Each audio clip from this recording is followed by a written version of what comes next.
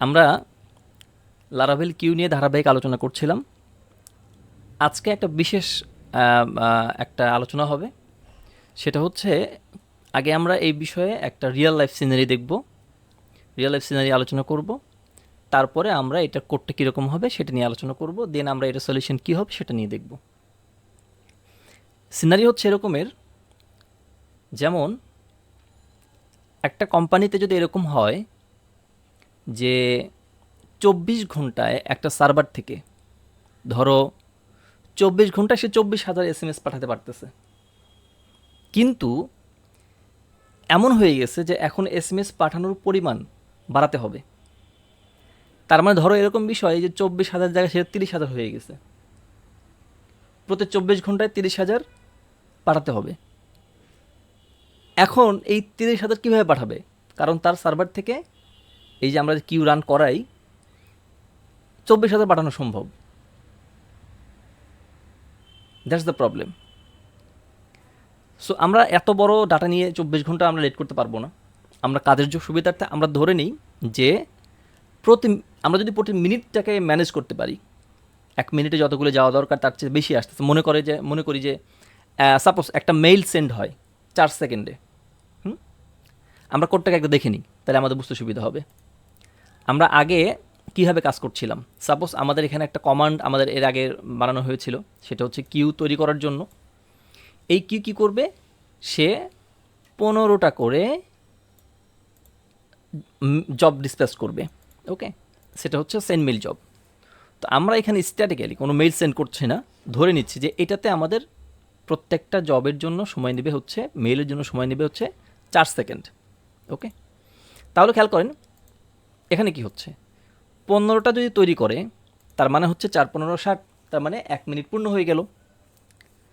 এখন 1 মিনিট যদি পূর্ণ হয়ে যায়, 15টা আমার সুন্দরভাবে যাবে।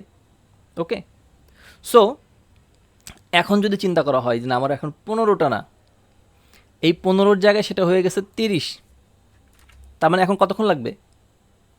2 মিনিট। আমাকে শেষ করতে হবে 1 মিনিটে। ওকে, এটা একেবারেই সলিউশনটা খুবই সিম্পল। আমি সলিউশনটা একটু পরে দেখাচ্ছি, খুবই সিম্পল। ওকে, আমরা একটু একটা এভাবে চালিয়ে দেখি। আমরা কমান্ডে যাই, এখান থেকে আমরা আমাদের যে জব জেনারেট করার জন্য যে কমান্ড আছে সেটা চালাই, PHP artisan app generate queue jobs. Okay, let's see, ওর কাজ চলতেছে। ইয়েস, শেষ। ওকে, তাহলে কি হলো এখন আমরা এখন দেখব যে কয়টা ও জবস তৈরি করছে। এই দেখার জন্য আমাদের কি কমান্ড ছিল মনে আছে কিছু? এর আগে আমরা আলোচনা করেছিলাম কিউ ম্যানেজমেন্ট নিয়ে, মনে আছে?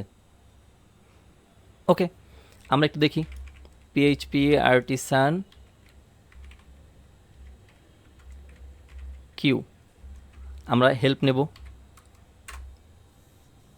এখানে কী কী আছে আমরা একটু খেয়াল করি। মনিটর, আমরা গত পর্বে দেখছি মনিটর। ওকে, এবার আমরা যাব হচ্ছে পিএইচপি আর্টিসান মনিটর।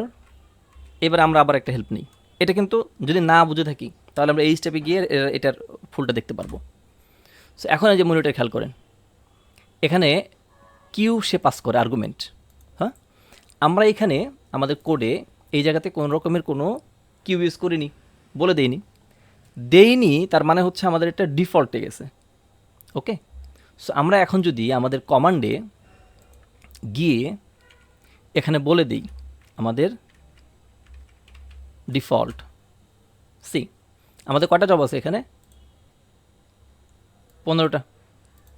ওকে, তাহলে আমরা পেয়ে গেলাম যে আমাদের ডাটাবেজে এখন 15টা জব আছে। এখন এই 15টা জব যদি আমি এখন রান করাই, তাহলে আমরা একেবারে এক্স্যাক্টলি 1 মিনিটেই যাবে, কারণ প্রত্যেকটা ইমেইলে আমাকে 4 সেকেন্ড করে সময় নেবে। ওকে, তারপর আমরা দেখি এটা রান করাবো। সো আমরা এখন এটাকে রান করিয়ে দিই। এখন চলা শুরু হচ্ছে। এই যে 1 নাম্বার মেইল সেন্ড করতেছে, এবারে 2 নাম্বারটা সেন্ড করতেছে, সবগুলো জব ডান হবে। আমাদের এখানে আজকের কোনো মেইল ফেইল হবে না, কোনো জব ফেইল হবে না, সো ফেইলের দিকে আমরা যাব না। সো এইভাবে যে চলতে থাকবে, চলতে চলতে 1 মিনিটে শেষ হবে।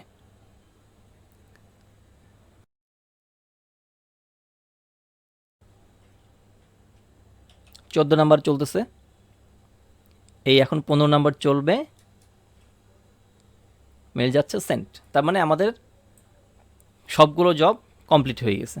ওকে, তাহলে আমরা কি দেখলাম যে আমরা 1 মিনিট যাবতে 15টা সেন্ড করছি। এখন আমাদের কোশ্চেন ছিল যদি এটা 1 মিনিটের উপরে, আমি 1 মিনিটে যদি এরকম হয় যে আমার 15 জায়গায় 18টা আসছে বা 20টা আসছে বা 30টা আসতেছে, তার মানে আমার 2 মিনিট সময় লাগতেছে, বাট আমাকে শেষ করতে হবে 1 মিনিটের মধ্যে, তখন আমরা কি করব? খুবই সিম্পল। সিম্পলটা হচ্ছে এইটা যে আমি এই যে কি ওয়ার্ক চালাচ্ছিলাম এটাকে আমি 2বার চালাই দেব। Very simple. তার মানে কি দাঁড়ালো, এই যে আমরা যে কথাটা বলতেছি পিএইচপি অ্যাডসেন কি ওয়ার্ক, এটা একটা ওয়ার্কার, এটা একটা ওয়ার্কার যে টাস্কগুলিকে সেন্ড করে। এখন ও একা কয়টা সেন্ড করবে? একটা একটা করে সেন্ড করতেছে। আমি যদি ওকে দুটো রান করাই তাহলে ও 2 কমান্ড 2 জায়গার থেকে একের পর এক সেন্ড করবে। তার মানে হচ্ছে আমাকে অল্প টাইমের মধ্যে দ্বিগুণ কাজ দেবে 2টা ওয়ার্কার হলে। আমার যদি এখন 15টা প্রতি মিনিটে যায় তখন যাবে 60টা, কারণ 2টা আমি ওয়ার্কার চালাচ্ছি। ওকে ওকে, এবার আমরা দেখি আমরা আমাদের এইখানে 15 জায়গায় আমরা এখন দেবো হচ্ছে 20টা, অথবা ধরে নিই 18টা, যাতে করে আমাদের কম সময় লেট করতে হয়। 18টাতে কত মিনিট লাগবে? 1 minute 8 second, 1 minute 12 second, sorry 1 minute 12 second লাগবে।